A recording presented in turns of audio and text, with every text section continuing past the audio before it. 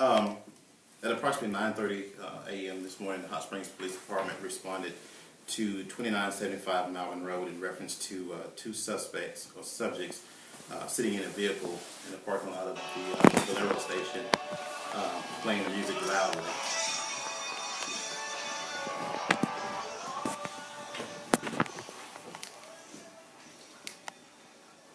Once officers arrived on the scene, the male subject that was in the vehicle fled to a wooded area over behind the Bolero station, and at that point, a female subject that was in the car was detained by an officer. Other officers were called in where a perimeter was set up and a search was conducted for this subject. Later, our K-9 officer arrived, K-9 Officer Hans, with his handler, and was released into that wooded area to track this subject. He was later found and taken into custody by our officers. Because of the close proximity of Lakeside School District and the schools, the school administration was contacted, and the school was placed on lockdown, and this was done just as a precautionary measure, just as we would do with any other situation of this matter. Like I said, the school we don't feel was in any type of danger at all, but like I said, it was done as a precautionary measure. Anybody have any questions? What's the disposition of the man arrested? Right now, he did have some misdemeanor warrants. I do believe that's probably why he fled the area. And once a search was conducted of his vehicle, there was some drug paraphernalia that was found, as well as some, I believe, some methamphetamines that was taken over by the drug task force. And I do believe that there are charges that are coming. What about earliest reports that there were two suspects? It was a male and a female. Okay. Mm-hmm.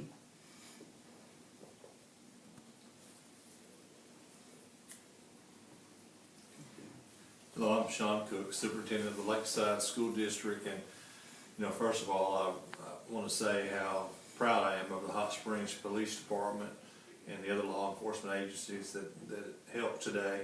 They were able to secure our campus in just a matter of minutes, and for us to have a full-time Hot Springs police officer as our own security officer in the school district, Officer Schauber, it makes me feel a whole lot better.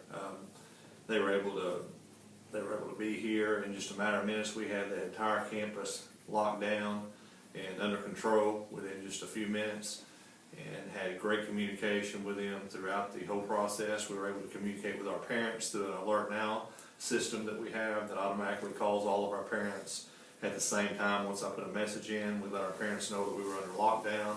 We asked for their assistance during the lockdown situation, asked for them not to come onto campus because it could be unsafe for them possibly, and that their children were as safe as we could possibly keep them at the time.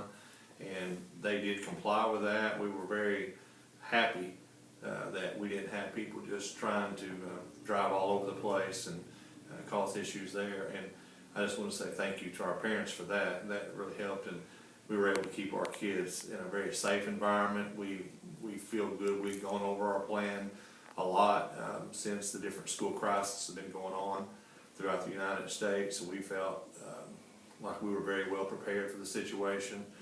Had great communication using walkie-talkies. We feel like they're a little bit superior to just the cell phones. We're able to keep in constant communication with all the administrators at the same time using our walkie-talkies during this entire process, and also staying at the command post with the police officers. How soon after you knew about the situation were you able to let parents know about it? We went to lockdown, went around to make sure everything was locked down.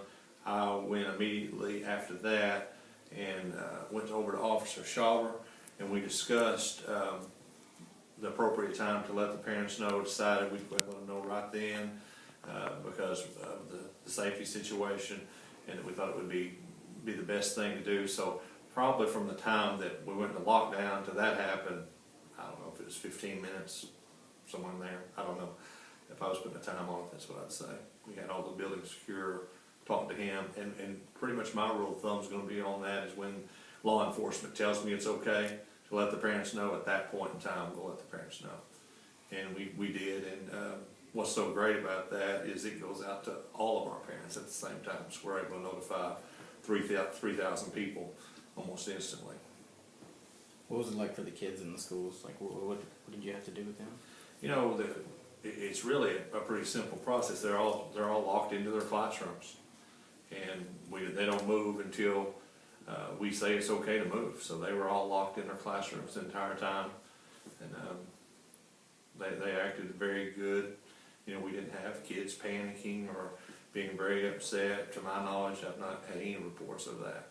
Did it affect any like lunchtime or? We did. We had to adjust some lunches, but not a whole lot. And you know, our lunchrooms did a great job of that.